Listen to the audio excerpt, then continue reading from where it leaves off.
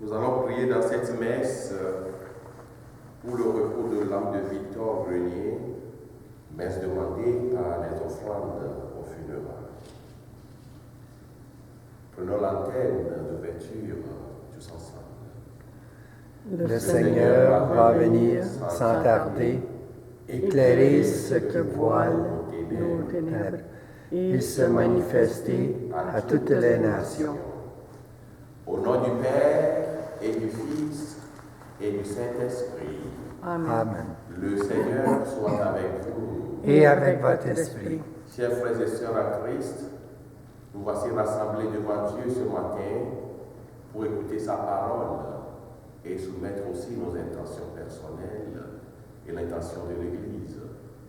Pour nous préparer à célébrer cette Eucharistie, reconnaissant nos fautes, nos erreurs, nos péchés et demandons pardon à Dieu.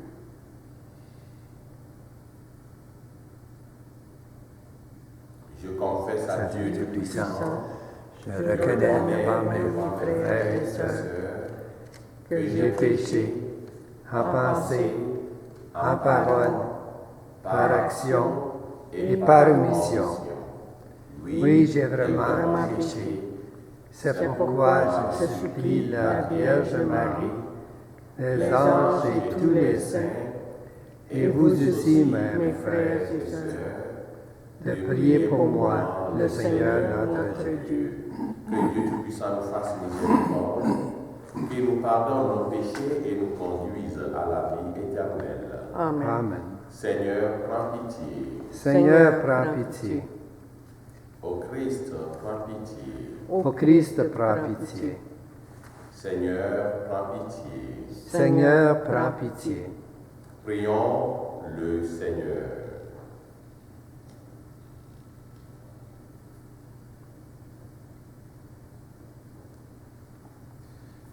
Dieu Tout-Puissant, tu nous demandes de préparer les chemins de ton Fils.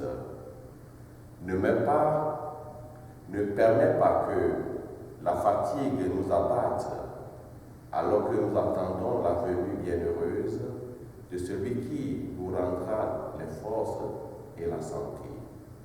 Lui qui vit et règne avec toi dans l'unité du Saint-Esprit, maintenant et pour les siècles et les siècles. Amen.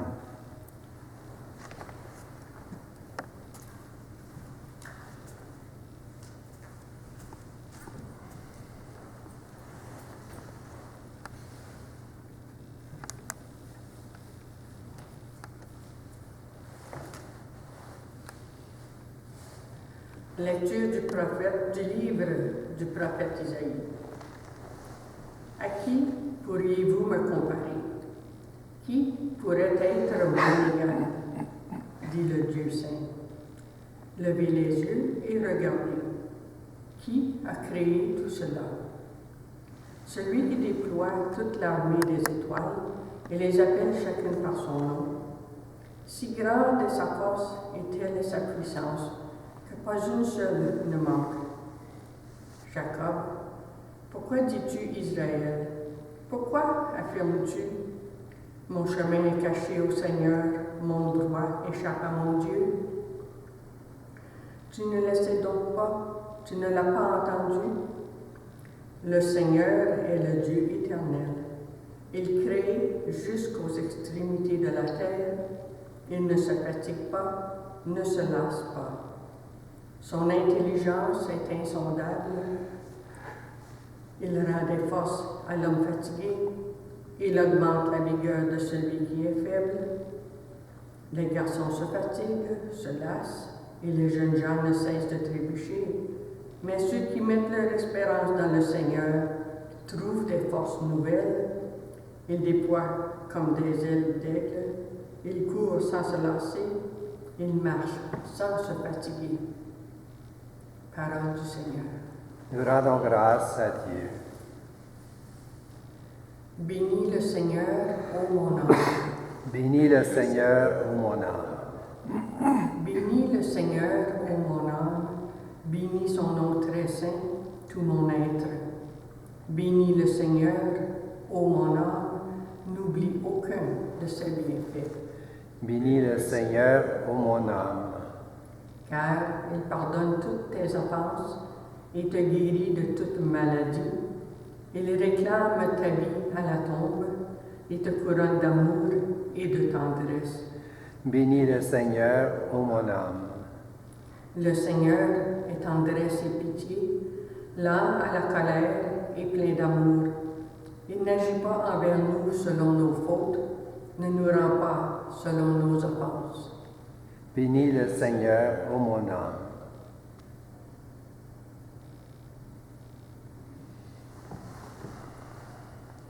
Alléluia, Alléluia, Alléluia,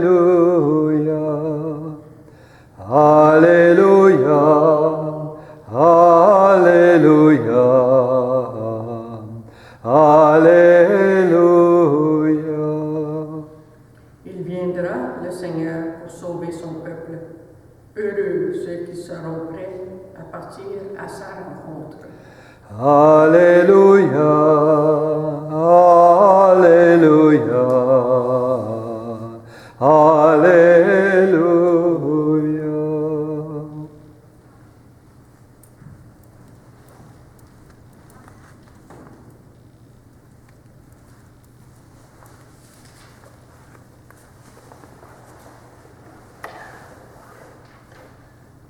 Le Seigneur soit avec vous. Et avec votre esprit. Évangile de Jésus-Christ selon saint Matthieu. Gloire à toi, Seigneur.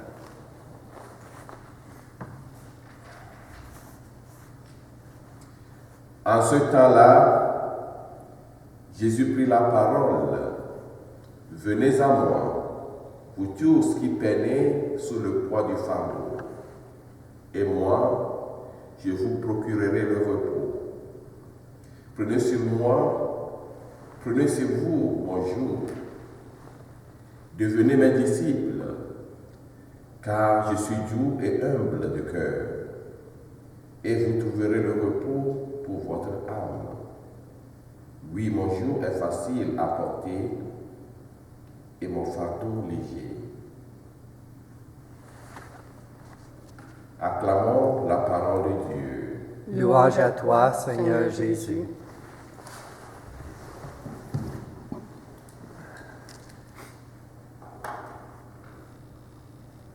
Chers frères et sœurs en Christ, la deuxième semaine, mercredi de la deuxième semaine de l'Avent, nous appelle à avoir la foi dans le Seigneur.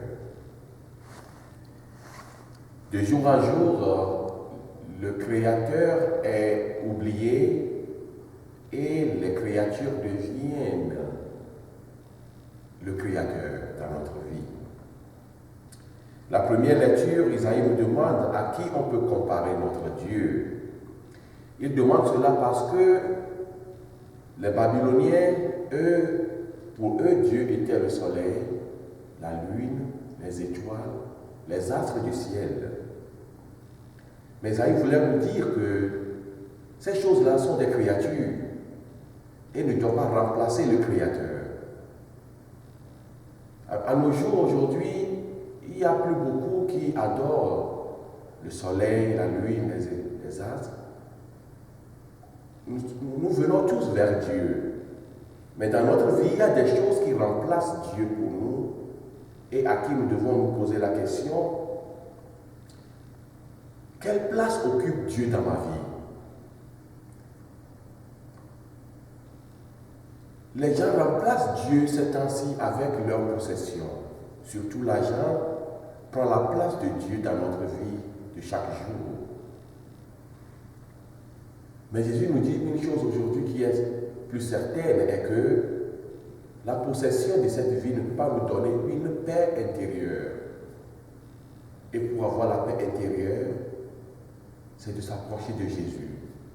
Des fois, on trouve ces lois un peu plus demandantes, un peu plus dures, mais c'est pour nous garder, pour nous guider vers la maison céleste du Père. Alors, chers frères et sœurs, la question se pose aujourd'hui. Qu'est-ce qui remplace Dieu dans ta vie? C'est ton argent? Ça ne te donnera pas une paix intérieure. C'est tes possessions? Tu vas les laisser ici-bas. Dieu et sa parole est éternelle. Alors, pour avoir une paix intérieure et durable, venons-nous vers Dieu.